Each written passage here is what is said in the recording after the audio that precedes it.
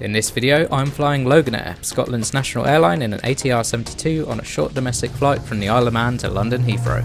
We'll see why this airline is so unique and what makes them one of the best airlines in the UK, so buckle up for a very Scottish adventure. Starting off at the Isle of Man Ronaldsway airport, we're not actually in Scotland, but pretty close. It definitely feels a bit dated.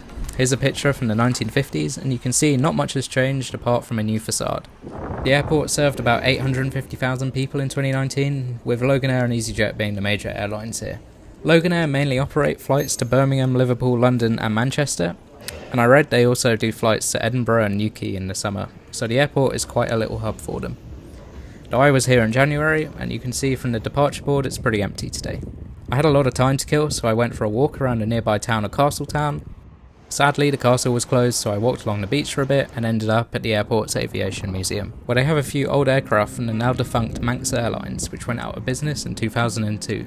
It's a small museum, but it is free to enter, and it's only a few minutes walk from the airport. But speaking of history, here's an overview of the history of Loganair and why it's such a cool little airline. Founded as a charter airline by Willie Logan in 1962, Loganair have quite an interesting history, being owned by the Bank of Scotland, then British Midlands, before becoming a franchise of British Airways in 1994. Then, in 2008, British Airways decided they didn't want Loganair, so Flybe came in to save the day. But that was relatively short-lived too, and since 2017 they've been fully independent. This is what their current route network looks like, and it's almost entirely within the British Isles, apart from a few flights to Norway and Denmark. Their fleet too is pretty diverse, from the 10-seater Britain Norman Islander to the 72-seater ATR72 600. They were also one of the few operators of the Saab 340 and Saab 2000 until their retirement in 2024. And going back in time, they've operated some really interesting aircraft, including the hilariously boxy Short Skyvan and Short 360. But that's enough history for one video, now back to the review. There's a cafe and a WH Smith before security. Then after security, you'll find a bar, Costa Coffee and a tiny duty-free shop. The departure lounge itself felt like it was right out of the 1970s, but it was surprisingly crowded as there was a flight to Tenerife leaving at the same time as ours. Also, the whole place was carpeted, so in that respect it's basically indistinguishable from Singapore Changi, one of the best airports in the world. But the windows were filthy, though I think that might have been because of a big storm the day before. And here's our plane arriving, a 10-year-old ATR72 600, registered GLMTD. This plane seems to be based in the Isle of Man and just spends its days going back and forth between Manchester, Birmingham, Liverpool and London. Now, another thing that makes Loganair a cool airline is that they hold two world records. First, they operate the shortest scheduled flight in the world between the islands of Westray and Papa Westray in the Orkney Islands. The record fastest flight was an astounding 53 seconds. And the other record is that they're the only airline in the world to operate scheduled flights to a beach on the island of Barra. So that's pretty cool. Worth noting that you board the ATR from the back of the aircraft, so unlike pretty much every other plane, if you want to get off first, you should sit at the back. Hopping on board, we come to my seat, 6A, which I always choose on these planes so I can sit by the engine. The seat is like any other ATR aircraft, which is to say, quite small, but the 2-2 layout is quite good, and I was lucky enough to have an empty row on this flight, so space wasn't an issue. The seat itself though was very well padded, with plush leather that you see on a lot of older planes. There's a small table and an even smaller seat back pocket, and that's pretty much it.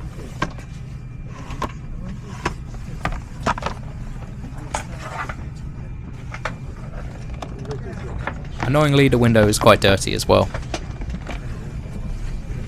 Then boarding only took a few minutes, and the plane was maybe 50% full.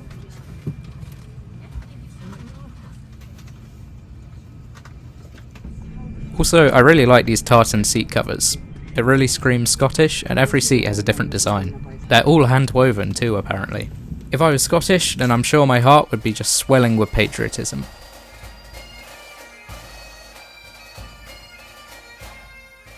Anyway, before we depart, here are the stats en route for today's flight.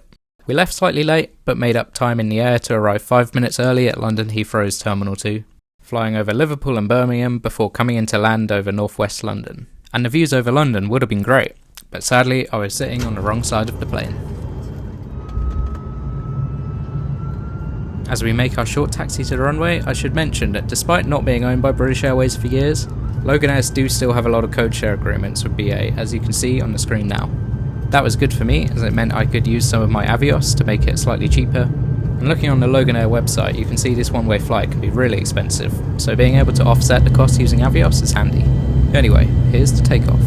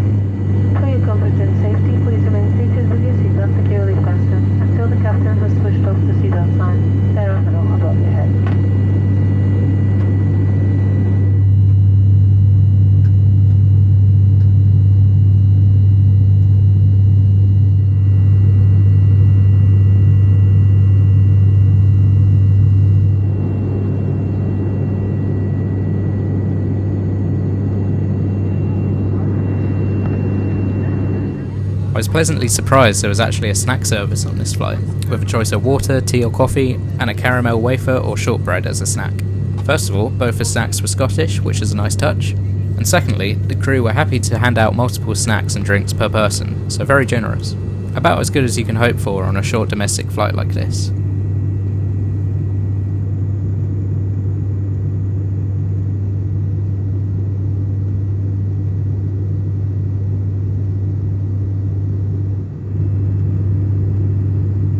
Here we got a pretty good view of Liverpool and its airport.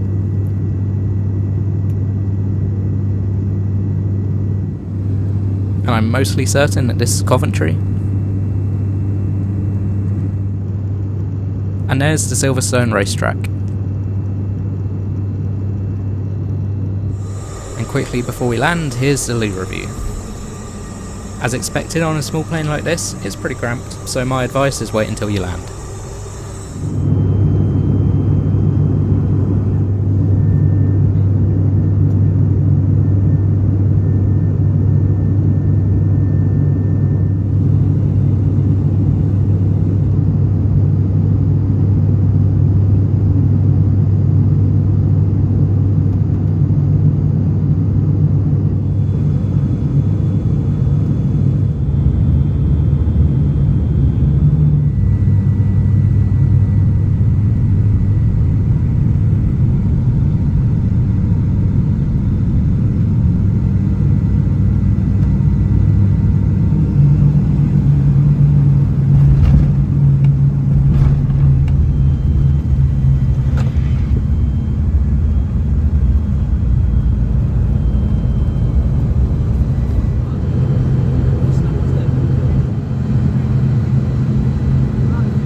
There's that cool tartan seat design again. So, Loganair. I actually really enjoyed this flight and think Loganair are a great little airline, and it's nice to see an airline that still feels like a local operation rather than a massive global corporation. The fact they lean into their Scottish heritage and have friendly cabin crew and good in-flight service is also a plus. That being said, their fares are really quite expensive, often costing over £100 for a short flight. This flight cost £96 and I booked it through British Airways, but that was the absolute cheapest I could find, with other days of the week costing twice that. Contrast that to the £25 EasyJet flight I took to get to the Isle of Man, and you can see Loganair charge a premium. That and the fact that most of their planes are quite small means they don't get a very high review score, and you can pause the video to read my full review here. But I still found them charming, and it's worth noting that they're the only airline serving a lot of these destinations, so it is an important service for those places, so they get a 6 out of 10 on my airline tier list. So thanks for watching if you made it this far, and stay tuned for next week's video where I'll be reviewing EasyJet. Don't forget to like and subscribe if you want to see that, and goodbye.